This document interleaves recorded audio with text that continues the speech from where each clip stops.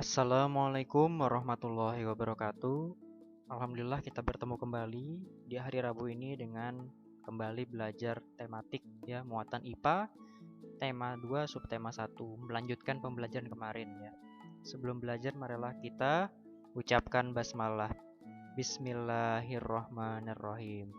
Oke, sebelumnya di tema 2 subtema 1 ini kita sudah belajar tentang sistem pernapasan hewan ya. Nah, di subtema yang sama juga ada sistem pernapasan manusia yang kemarin belum Bapak bahas ya, kita bahas. Oke, alat pernapasan manusia adalah paru-paru. Sebelum masuk ke paru-paru, udara yang kita hirup melalui beberapa alur ya. Alurnya seperti ini ya, diingat baik-baik, ini pasti keluar ya. Udara masuk ya dalam bentuk oksigen O2 ya, masuk ke rongga hidung, tentu saja.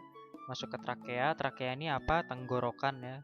Lalu di trakea masuk ke bronkus. Bronkus itu apa Pak? Nanti dijelaskan. Lalu bronkus masuk ke paru-paru ya.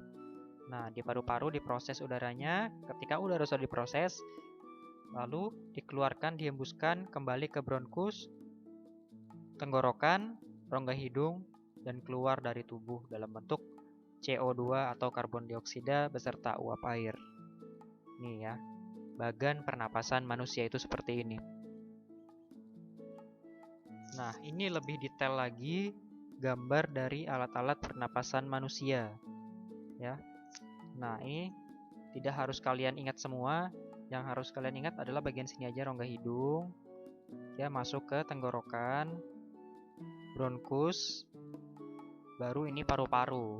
Di dalam paru-paru ini ada bronkus, bronchiolus, sama alveolus ya. Nah, lanjut hidung. Nah, ini penjelasannya. Hidung, penyaring debu atau kotoran yang berasal dari udara ya. Nah, dalam hidung berfungsi sebagai penyaring hidung yang dimana ada rambut-rambut atau bulu-bulu hidung ya, agar udara yang kotor disaring dahulu sebelum masuk ke paru-paru. Penyesuaian suhu dan kelembapan udara untuk memudahkan proses penyebaran gas dalam tubuh. Lalu di trakea atau tenggorokan, penghubung antara bagian hidung dan paru-paru, penyaringan kembali udara yang masuk dan mengantarkan udara tersebut ke paru-paru. Nah, paru-paru ini ada bronkus, bronchiolus, dan alveolus. Bronkus adalah dua percabangan dari trakea yang menuju paru-paru kanan dan kiri ya. Jadi tenggorokan dia bercabang jadi dua, nah itu bronkus. Lalu bronchiolus adalah percabangan bronkus ya, cabang dua tadi bercabang-cabang lagi itu bronchiolus. Lalu alveolus adalah ujung bronchiolus yang berfungsi sebagai tempat pertukaran oksigen atau O2 dan karbon dioksida. Oke. Nah, di halaman 81 kalian akan temukan gambar seperti ini. Nah, yang pertama, di sini ada rongga hidung, nama organnya rongga hidung kita isi sama-sama ya, yang nomor 1 saja. Nah, fungsi organnya untuk menyaring debu dan kotoran di udara ya. Lalu nomor 2 ada tenggorokan atau trakea, fungsinya penghubung antara rongga hidung dan paru-paru. Lalu di sini kalian bisa lihat di tabelnya itu, ini adalah faring ya, faring. Faring adalah merupakan pertemuan rongga hidung dan rongga mulut. Lalu yang nomor 4 di sini laring ya. Laring ini yang menggetarkan pita suara.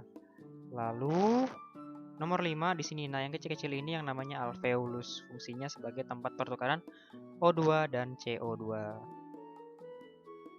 Nah, proses pernapasan pada manusia berbeda pada saat menghirup udara dan saat menghembuskan udara ya. Saat menghirup udara, udara masuk melalui hidung, tadi sudah Bapak jelaskan di awal ya, ini gambarannya.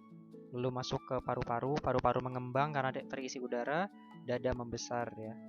Nah, udara disaring oleh lendir dan rambut hidung, paru-paru mengembang, gas oksigen diserap oleh alveolus. Ketika menghembuskan udara, paru-paru mengempis dan rongga dada kembali ke ukuran semula ya, karena udaranya keluar. Nah kan, udara dikeluarkan mengandung gas karbon dioksida dan uap air. Nah, pernapasan kalian harus ingat, pernapasan ada dua, pernapasan dada dan pernapasan perut. Pernapasan dada adalah pernapasan yang menggunakan otot antar tulang rusuk. Sementara pernapasan perut adalah pernapasan yang menggunakan diafragma ya.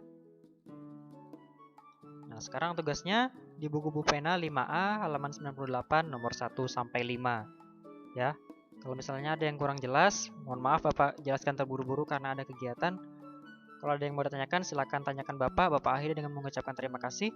Walhamdulillahirabbil alamin. Wassalamualaikum warahmatullahi wabarakatuh.